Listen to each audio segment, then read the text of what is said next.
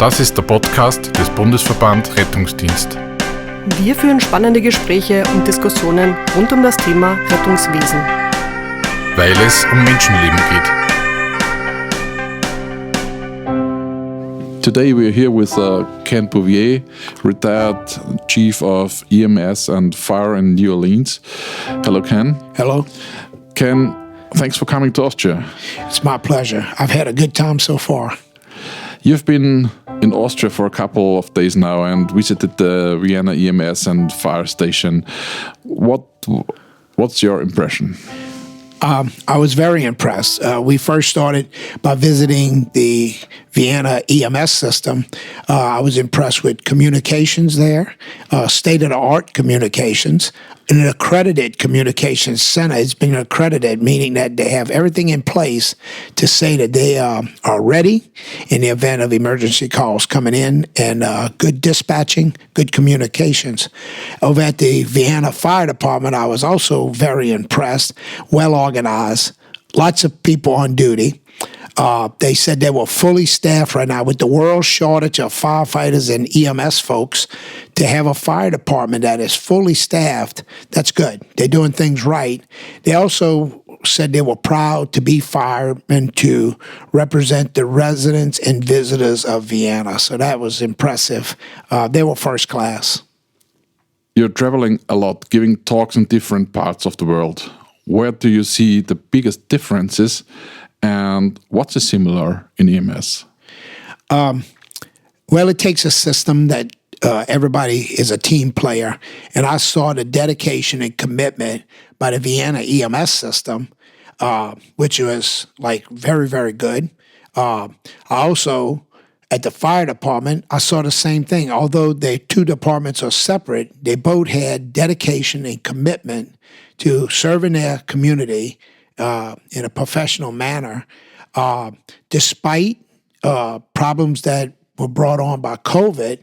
They still doing very, very well. I was impressed mostly with the readiness of their equipment, their inspections of equipment, the brands of equipment. I travel the world, and they had good equipment, and it was well maintained.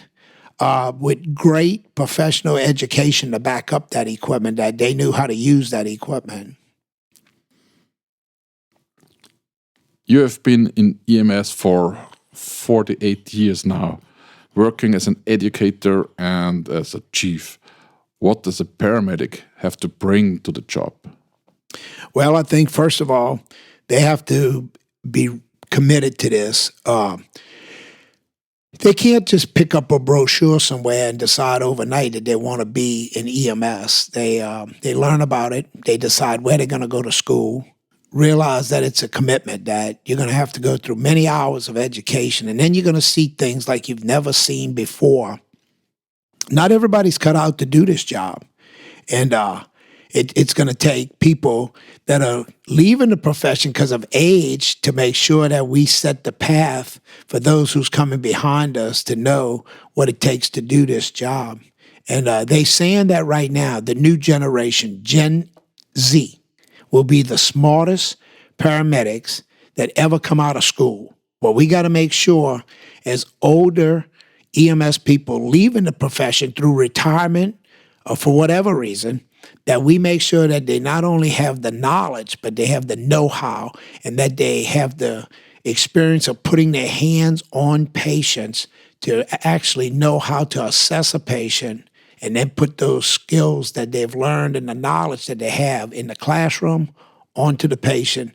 And I think they're going to be the best. They're going to be the best. I already see changes. I hope that one day, I'm 65, but I hope I can live to be 105 or longer so I can continue to see EMS change and grow. With today's shortage of responders, what should providers provide to their employees? What are the responders looking for in their providers? Well, today, regardless of where you work, people want to come to work and be respected, and they want to have fun. They don't want to be reprimanded for minor things. When someone needs to be reprimanded, there's a right and wrong way to do it. That's the first thing. They want to be compensated also, a fair salary for the work they're going to provide. They want to get off on time when they can. And in this job, sometimes you get forced to work long hours, but we need to make sure that we have a good balance there, that we're not forcing you every day to stay late and not have quality family time and time off. They want to make sure that they have sick leave, that they have benefits, that they have vacation time, that they receive good education. But most of all, they want to feel appreciated and they want to be thanked. Now, as a leader, I'm going to tell you, if you thank people often, when you are forced to have to reprimand them, it's a whole lot easier to do. I had a guy tell me one time, he said, "You're the only guy that can reprimand me and I'll feel good about it after." So it's important that you thank people often, and then when you have to correct them, they're okay with it. With all your experience, which issues bother you most in connection with EMS? I think that I might be a little different than a lot of responders, but I always try to pass along to new medics, don't put yourself before the patient. It's all about the patient. And I get aggravated when I see people put their self before the patient. We got to remember that they call 911, or in the United States, or here they call 144. No. Is it the right number? Yeah, 144. 144, yeah. They call 144 because they can't help themselves. My mentor, Dr. Norman McSwain, he said, rarely are you going to save a life, but every day you're going to get a call to go on that somebody just needs help. So you're going to help people that can't help themselves. We got to remember that in EMS, that's our job. You chose this job. If you don't want to do that, then maybe you got to put the mirror on yourself and take a good look at yourself and say, am I the person for this job? You know, one time I saw a baseball game, Clemens, and on the baseball game, they had 2 outs, they had a tied score, and they had a run on second base. And the coach told the team, we can still win this game. So the inning ended. The next inning, they scored 1 run, so they were ahead by 1 run. They found themselves again, 2 outs, 1 runner on. And the coach came out and told the pitcher, your body language stinks. He said, change your body language, throw 1 more strike, and you're going to be a world champion. So the kid changed his body language, threw 1 strike, won the World Series for a little kid. And for that, they became world champions. And I always use that story to tell it to EMS people, to change your body language sometime and be nice and provide professional care and put the patient first. So looking back to your really long career, what was your biggest challenge as a chief? I think my biggest challenge as a chief is when you start to question yourself, could you have done something different? Not everybody is going to make it. It's not our fault sometimes as the chief. All systems are in place. Everything's supposed to go well, but sometimes it don't. And sometimes we have bad outcomes. You question yourself, did you do everything you could do? And what could you have done different? But I think through emergency planning, making sure that you got good plans, surround yourself by good people, have good communications, and stand firm in your leadership that you don't take shortcuts, you respond like you train, and you train like you respond. I think everybody's going to go home safe at the end of the day. And I'm proud under my watch all these years, no one was killed or lost their life under my watch. You've seen a lot of catastrophes and bad situations. How do you cope? I think at an early age, I knew I wanted to be a first responder. And I've always been a sound leader.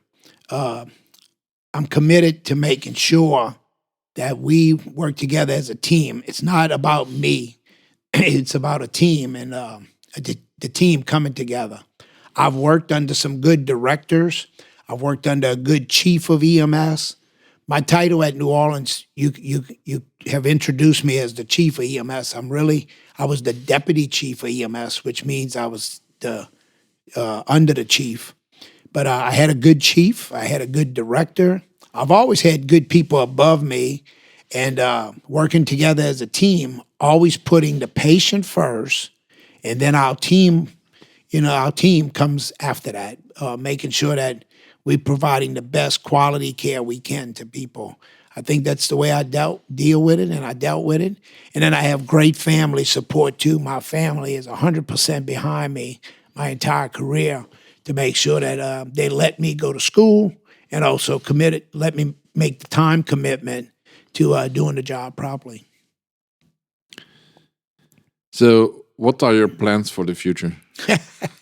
Well, after retirement, I went back and started volunteering at my local fire department again. I thought I was just going to go there in the morning and drink coffee, but coffee has led to me back responding to fires and EMS calls as a volunteer fireman. I don't know if I have any future plans other than continue to be a volunteer fireman, spend time with my wife, my daughters, and my grandkids.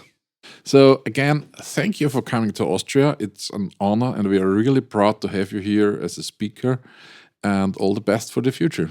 Well, thank you very much. And I just want to tell you that I'm very impressed with Vienna, the cleanliness of the city, your hospitality, and the pleasant people we've met while here in Vienna. So thank you. And until we see you again, Merry Christmas. God bless you. Merry Christmas to you. Danke fürs Dabeisein. Wir freuen uns aufs nächste Mal. Welche Themen interessieren euch? Schreibt uns auf Instagram unter BVRD.at.